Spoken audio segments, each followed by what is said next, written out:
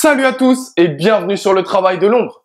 Après ce Lyon-OM, j'aurais pu vous parler de Steve Mandanda et de cette erreur qui intervient dès le début du match et qui nous coupe les jambes. Malheureusement, qu'est-ce qu'elle fait mal cette bévue. Mais comment en vouloir? Comment en vouloir à Steve Mandanda, lui qui nous a rapporté tant de points cette saison? Lui qui nous a rapporté tant de points durant toutes ces saisons. Moi, je n'y arrive pas, mais sincèrement, qu'est-ce qu'elle fait mal cette bévue? J'aurais pu vous parler également de Luis Gustavo une nouvelle fois. C'est extraordinaire dans ce milieu de terrain. Il est encore une fois l'Olympien du match. C'est assez fou d'avoir un joueur de ce talent, de cette trempe sous nos couleurs. Profitons-en parce qu'à chaque match, c'est vraiment un grand plaisir de le voir jouer. Ou j'aurais pu vous parler également de ce match qui signe plusieurs fins de série. Cette fin de série de 12 matchs sans défaite et cette fin de série qui voyait l'Olympique de Marseille au moins inscrire un but à chaque journée de championnat. Mais j'ai choisi de m'attarder sur deux choses, sur deux points qui étaient malheureusement du côté lyonnais ce dimanche. Deux points qui sont souvent étroitement liés l'un à l'autre. C'est le réalisme et la réussite.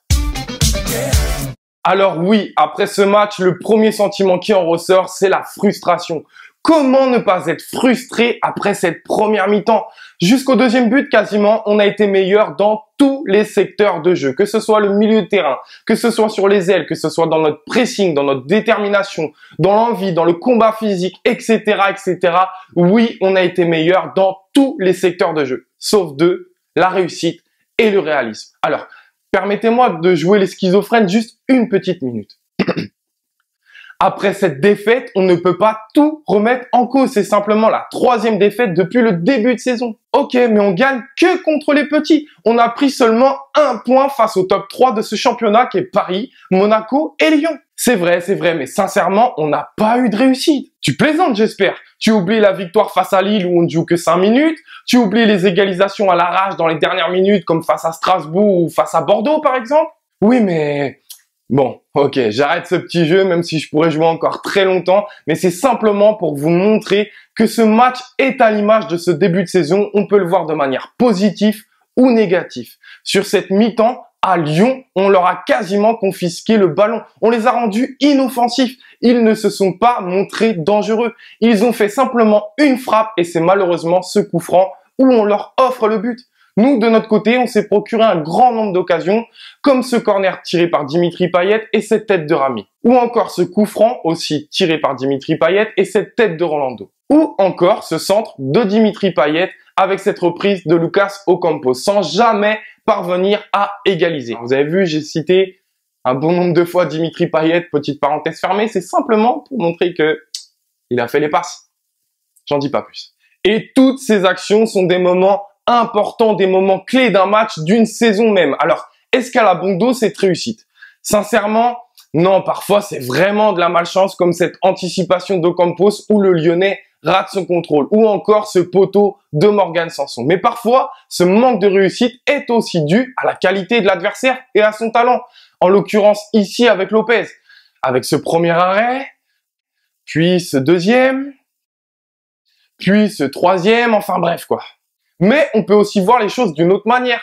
Est-ce que quand ton problème de réussite se répète, est-ce que ce n'est pas un problème de réalisme? Est-ce que quand tu frappes 17 fois au but et que tu ne cadres que 4 fois, est-ce que ce n'est pas un problème de réalisme?